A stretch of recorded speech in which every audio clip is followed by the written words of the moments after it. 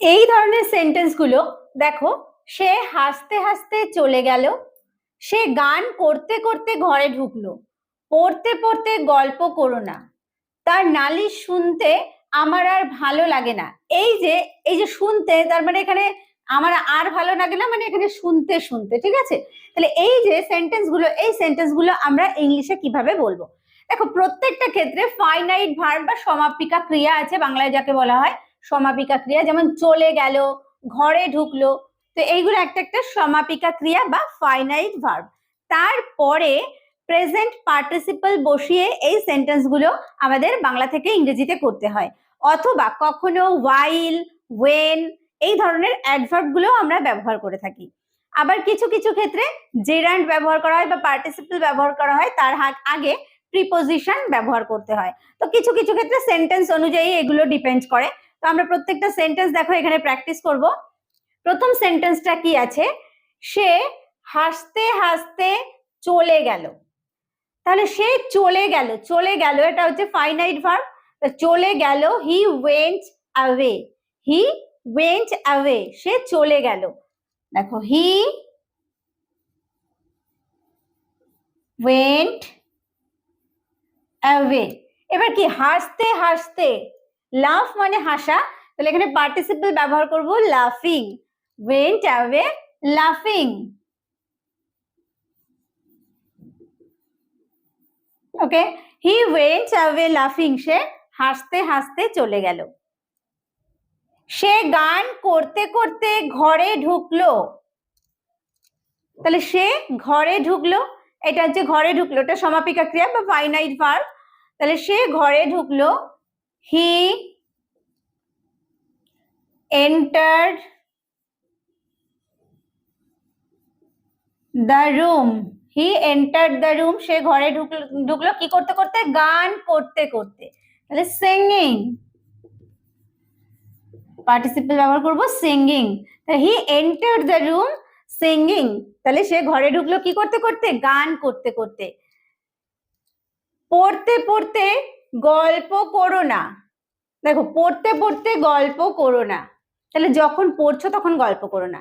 এই গল্প করো না বা কথা বলো না, এটা ব্যবহার করতে পারি। তাহলে ডোন্ট টক, কথা বলো না। while এখানে ব্যবহার করবো while কি, পড়া, reading, while reading. Don't talk while reading, পড়তে পড়তে গল্প করো না। ডোন্ট টক, এই যে ডোন্ট টক বা কথা বলো না, গল্প করো না, এই যে টক হচ্ছে কথা বলা, এটা হচ্ছে finite verb. while reading, okay, don't talk while reading, গল্প করতে করতে, পড়তে পড়তে গল্প করো না। ওকে, তার নালিশ শুনতে আমার আর ভালো লাগে না, তার মানে তার নালিশ শুনতে শুনতে আমি ক্লান্ত হয়ে গেছি, তাই না? তাই যদি শুনতে শুনতে আমরা দুবার ব্যবহার করি এরকম হবে, তার নালিশ শুনতে শুনতে আমি ক্লান্ত হয়ে গেছি। তাহলে তার নালিশ শুনতে আমার আর ভালো লাগে না। ঠিক একই মানে ইংলিশ যখন আমরা ট্রান্সলেট করব ঠিক সেম হবে। ওই যে বাংলাটা যেটা বললাম যে তার নালিশ শুনতে শুনতে আমি ক্লান্ত হয়ে গেছি, বা তার নালিশ শুনতে আমার আর ভালো লাগে না, একই হবে, ঠিক আছে? তাহলে আই এম টায়ার্ড মানে আমি ক্লান্ত হয়ে গেছি, I am tired, I am tired of কি, লিসনিং, শুনতে শুনতে, যে বললাম প্রিপোজিশন ব্যবহার করতে হয় কিছু কিছু ক্ষেত্রে, তাহলে এই যে I am tired of listening, শুনতে শুনতে, কি শুনতে শুনতে? টু হিজ কমপ্লেন্টস, নালিশ।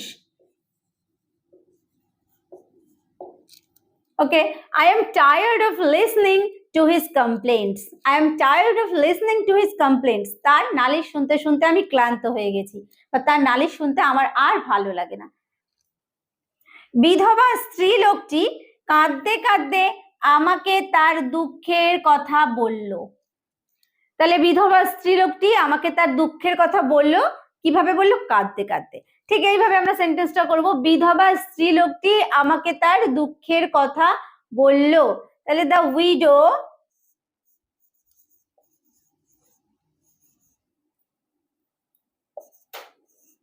উইডো told me কি of her sorrow, তার দুঃখ।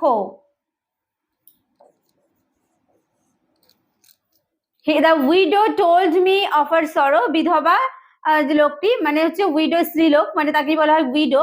told me আমাকে বলেছিল of her sorrow, তার দুঃখ সম্পর্কে বা দুঃখের কথা, কিভাবে কাঁদতে কাঁদতে, weeping। ওকে, তাহলে the widow told me of her sorrow weeping, বিধবা স্ত্রীলোকটি কাঁদতে কাঁদতে আমাকে তার দুঃখের কথা বলল। নেক্সট দেখো, সে দৌড়াতে দৌড়াতে চলে গেল। তাহলে সে চলে গেল কিভাবে, দৌড়াতে দৌড়াতে। সে চলে গেল, he went away, he went away, দৌড়াতে দৌড়াতে, running, he went away running, সে দৌড়তে দৌড়তে চলে গেল। আমি এ সম্বন্ধে তাকে বলে বলে হয়রান হয়েছি। এই যে হয়রান হয়েছি বা তার মানে এই যে আগে যেরকম কথাটা ভালো লাগে না, এই সব ক্ষেত্রে কি ব্যাপার ব্যবহার করবো আমরা ইংলিশে, টায়ার্ড। তাহলে আমি হয়রান হয়ে গেছি, আই এম টায়ার্ড, তাই না, আই এম টায়ার্ড কিসে, তাকে বলে বলে, I am tired of speaking, দেখো I am tired of speaking,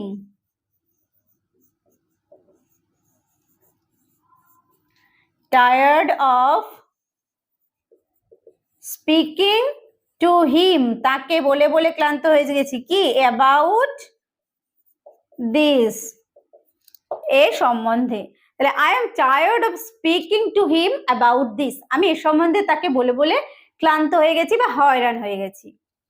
লিখে লিখে তার কলমটি ভোঁতা হয়ে গেছে, লিখে লিখে তার কলমটি ভোঁতা হয়ে গেছে। তাহলে তার কলমটি ভোঁতা হয়ে গেছে, his pen has been blunted, his pen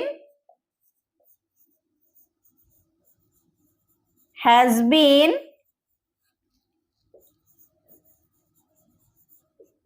blunted, কিভাবে, by constant writing, by constant